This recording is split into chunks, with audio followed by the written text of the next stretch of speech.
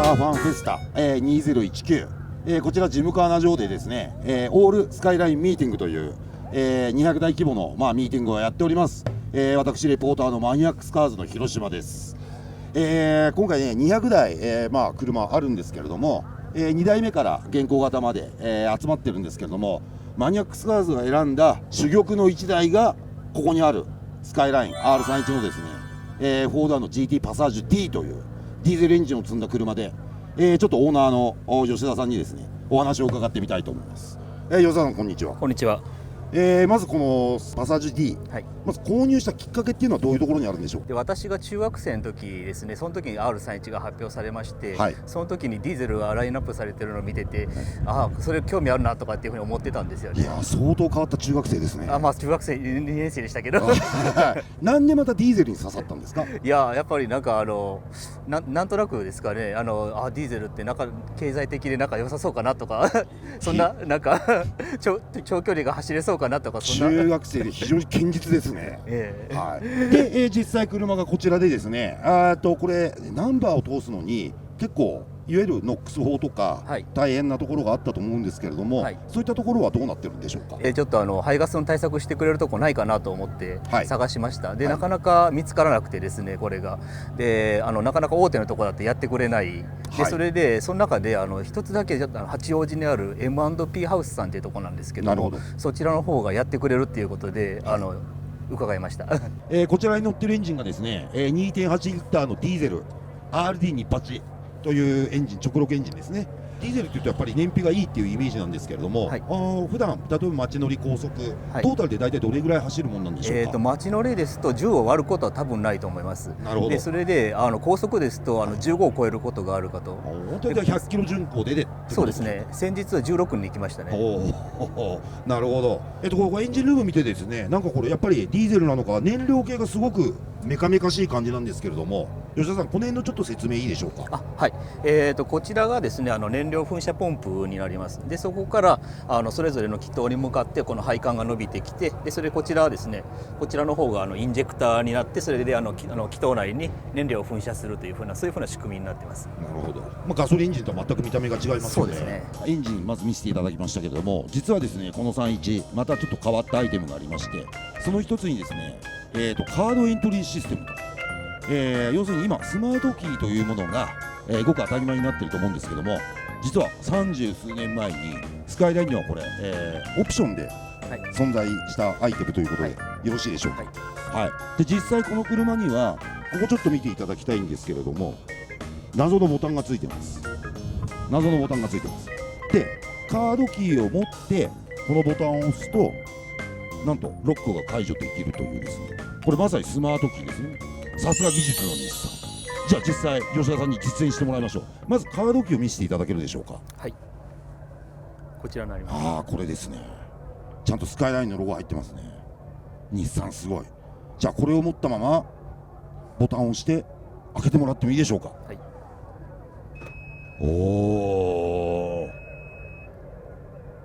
というアイテムがあります。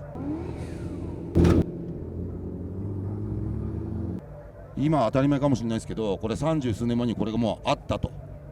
日産やっぱすごいぞと、当時技術の日産だったと、それを代表するアイテムだと思います。後ろ回り 31D ディーゼルのポイント、まずここ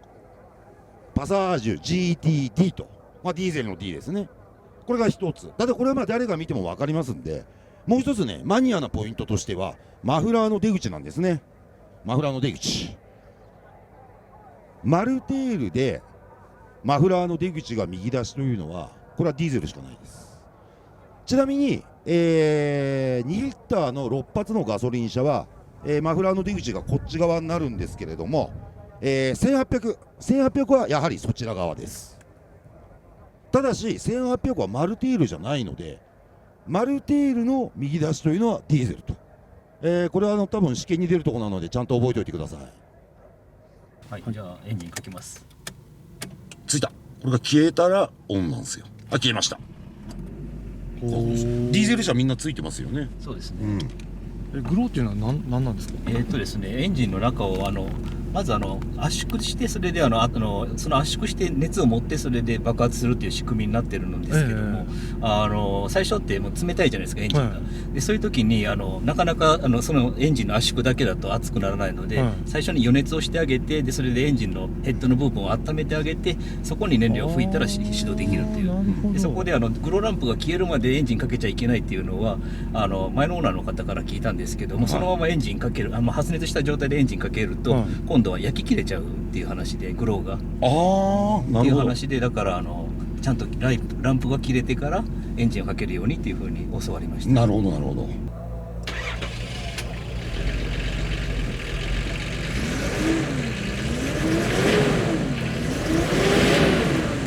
このなんか助手席乗ってても分かる、もう1000回転ぐらいからのトルク感がすごいっすね。だからこの辺の出足がねすごく良くて、4速オートまでもグッと出ますもんね。そうですね。この2000回転ぐらいのこのトルク感、横に乗っていてもよく分かる。乗ってるとなんか外で聞くほどガラガラ音気にならないですね、走ってしまえば。高速とかだと特にね全然ね静かです。ガソリンのやつより多分静かです。なるほど。回転が上がらないんで、せいぜい100キロで2000回転ぐらいなんですよ。このフェンダー両断のマーカーが非常に時代を感じますね。それが光るもんで分かりやすいんですよ。目安になりますね。いや、あとこの乗り味もいいですね。当たりも柔らかい。当然当たり前なんですけど、31なんで、僕も31乗ってたんで、この辺は31そのままなのに乗ってる音がディーゼルっていうこの違和感、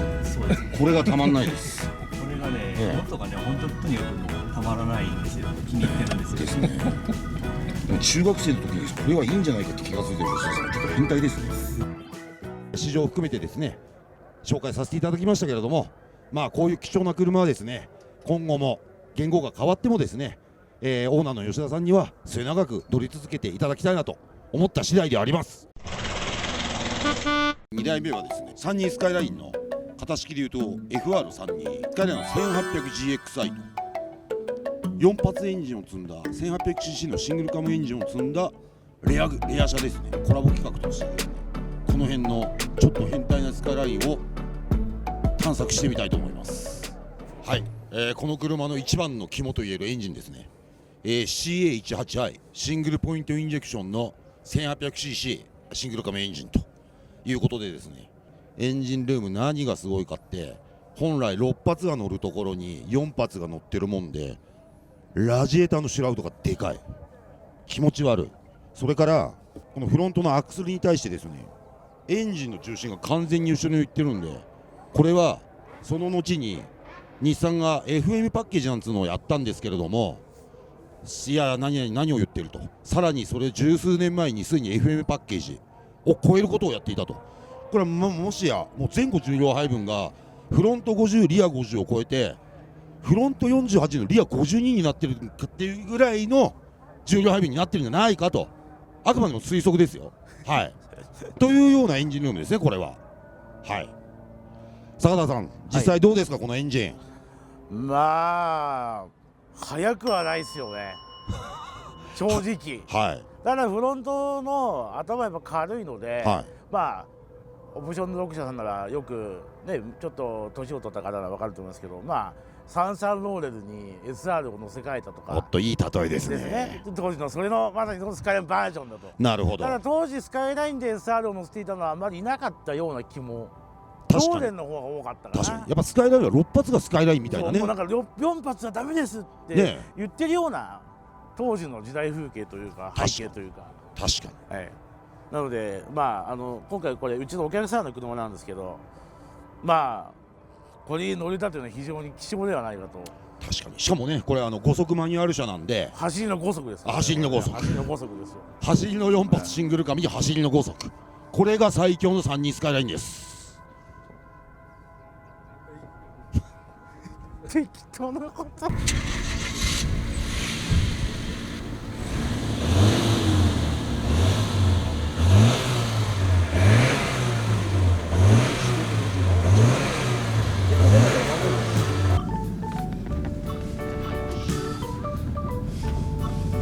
乗った感じのそのトルク感というのは6発と比べるとどうなんですか？ないです。ないですか？もう軽快感はありますけど、基本的にはやっぱり RB202 の GT とかのはるかにいいですね、あっちの方が。やっぱり正直それは否めないと思います、ただね、これはまだマニュアルで乗れるからね、変な話、ごまかしが効くというか、オートマだとかなり辛いんじゃないかと思いますね。でも多分あれだよね、峠の下りはいけるよね。かなりいけるよね。ただ結構フロント逃げます。逆に軽いので。実はですね、この FR32 型32スカイラインの1800の GXI っていうのはちょっと変わっててですね、4発エンジンだけでなく、リア唯一このグレードだけドラムブレーキですね、坂田さん。そうです、その通りです。はい。で、大体廉価グレードっていうのは日産の場合は、リアがリジットサス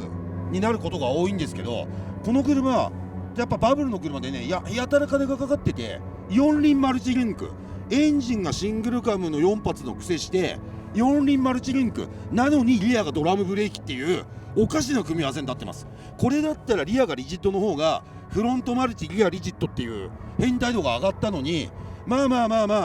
80年代後半バブルで日産もお金があったんでしょう。901運動ですね。901運動901運動のこれが多分最たる例じゃないかと。ベーシックカーなのにハンドリングを目指したフロントミッドシップ4輪マルチでもなぜかリアがドラム、そういう車だと思います。ラリーに出ようとしたんじゃないですかね。なるほどね。サイドがよく効くから軽快ですよね。もう14インチタイヤとのマッチングは絶好調でしょ。絶好調ですね。なるほど。 CT でも BA ながら3人では味わえないこの軽快さ。確かに。外観でのポイントといったらまずここトランクリッドの、右側についている GXI ですね。 GT を名乗らない唯一の32スカイライン、ここは一つポイントです。なんとなく14インチのフルオイルキャップ見ればなんかちょっと違うなって分かると思うんですけど、それでおかしいなと思ったらここでまず確認してください。それからもう一つですね、非常に分かりにくいといえば分かりにくいポイントなんですけれども、この1800の GXI とこの一つ上にですね、2リッターの RB202 という、シングルカム6発を積んだGTE というグレードがあるんですけれども、その2つのグレードだけはですね、もう一つ識別点がありまして、それがこちらになります。ここリアフェンダーにあるパワーアンテナですね。これオーディオを入れるとですね、多分ニュニュニュニュニュニュニュニュニュと伸びると思うんですけれども、ここについているのはこの GXI と GT だけということでですね、ここはマニアであったら覚えておいてほしいポイントだと思います。あとね、これすごいのがね、この純正のオーディオが残ってるっていうね、このカセットデッキは生きてるのかどうかわからないけど、このグライコ付きすげえ、ね、こんなのあったんですかね。あるんですね。オーナーさんはこれ非常にオリジナル状態をよく保って、もうね本当に現像台数少ない車なので、オーナーさんにはこれからも長く乗り続けていただければと思います。3台目は、R30 型スカイライン、これのですね1800のバンです。4ナンバーです。これですね、スカイラインの歴史の中でこの30型を最後にバンはなくなってます。つまり最後のスカイラインバンということでですね、この車非常に貴重なので、ちょっとこの車のまた詳細に迫ってみたいと思います。ちなみにオーナーさんは自動車専門学校の先生やってる方でですね、その教え子である山田君に今回は来てもらってます。まずね、このバンといって一番ポイントになるのはこのフロントマスクですね。丸目4灯ヘッドライト、あとはこのグリル一体型のパネルと言ったらいいんですかね。これはですね、おそらく記憶によればですね、バンにしかなかった顔だと思うんですね。もしかしたらセダンの例えば5ナンバーの一番 TI の一番安いグレードとかももしかしたらこれだったかもしれないんですけれども、記憶がほとんどありませんというわけで、おそらくバン専用だったのではないかと、すいません、スカイラインマニアの方がいたら逆に連絡いただければと思います。はい。でスカイラインなのでバンモデルなんですけれども、ちゃんとここにスカイラインのエンブレムがついてですね、俺ちゃんとスカイラインだぜっていうのをアピールしてます。それからですね、個人的にですね、僕前期の RS ターボを持ってるんですけれども、おそらくこのバンパーはTI も RS 系も多分変わらないと思います。それからこのサイドについているこのウインカーですね、これも前期だと確かグレード関係なく搭載エンジンに関係なくですね、ここにウインカーがあると思います。で当時ね鉄板が悪かったんでみんなこうやってグザグザとちょっと塗装が今剥げちゃってるんですけども、この錆に弱いというのも30の特徴の一つです。バンといえば荷室が広くて荷物がいっぱい詰めるのがバンということでですね、実際、スカイラインバンのですねちょっとラゲッジルームをチェックしてみたいと思います。じゃあ山田君ちょっとゲートを開けてみてもらっていいでしょうか。はい。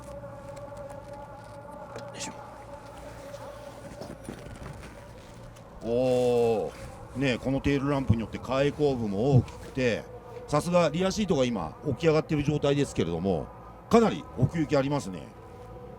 高さも十分、幅も十分にあると。これやっぱりバンとして非常に優秀な出来なのではないかと思います。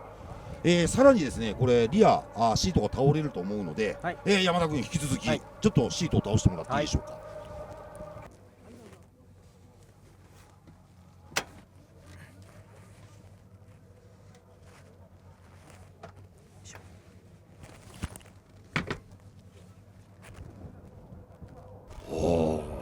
2アクションでここまでフラットな荷室ができるということでですね、ちょっとこれ奥行きがだいぶあるのでちょっと横になってみてもいいでしょうかね。じゃあちょっと靴脱いでちょっとお邪魔します。なるほど。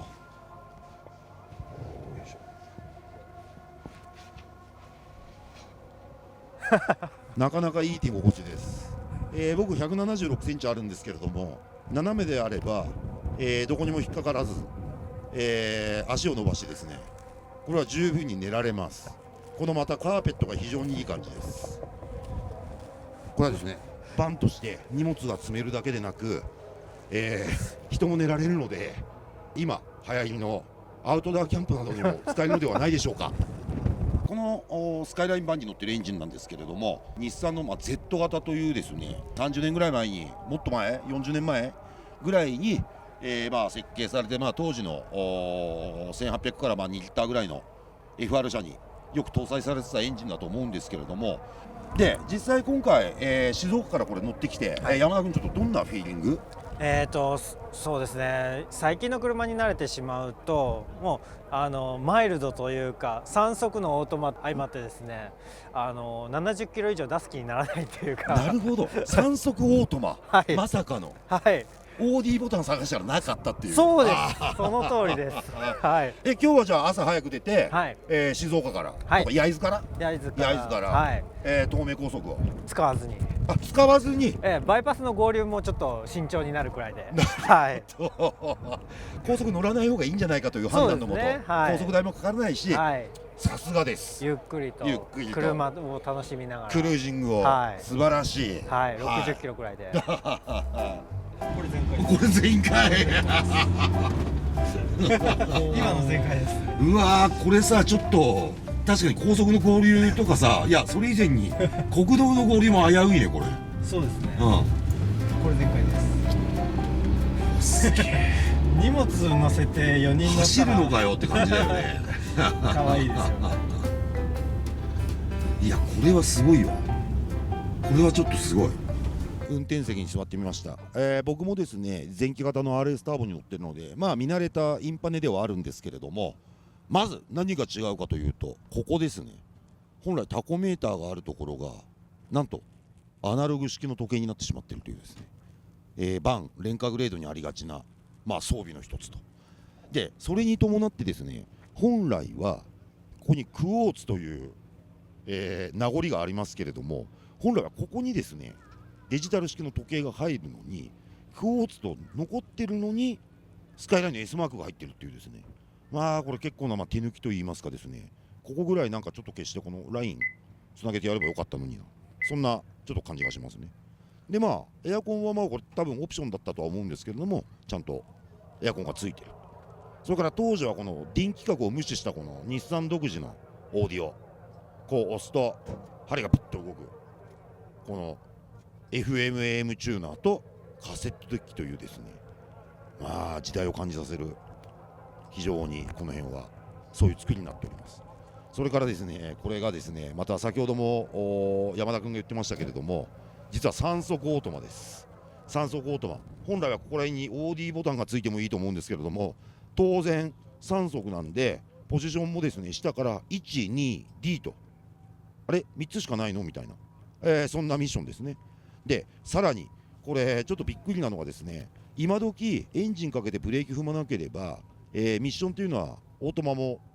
セレクターレバー P から動かせないはずなんですけれども、これ今ちょっと何も踏んでない状態、ロックも何もない状態でちょっと動かしてみます。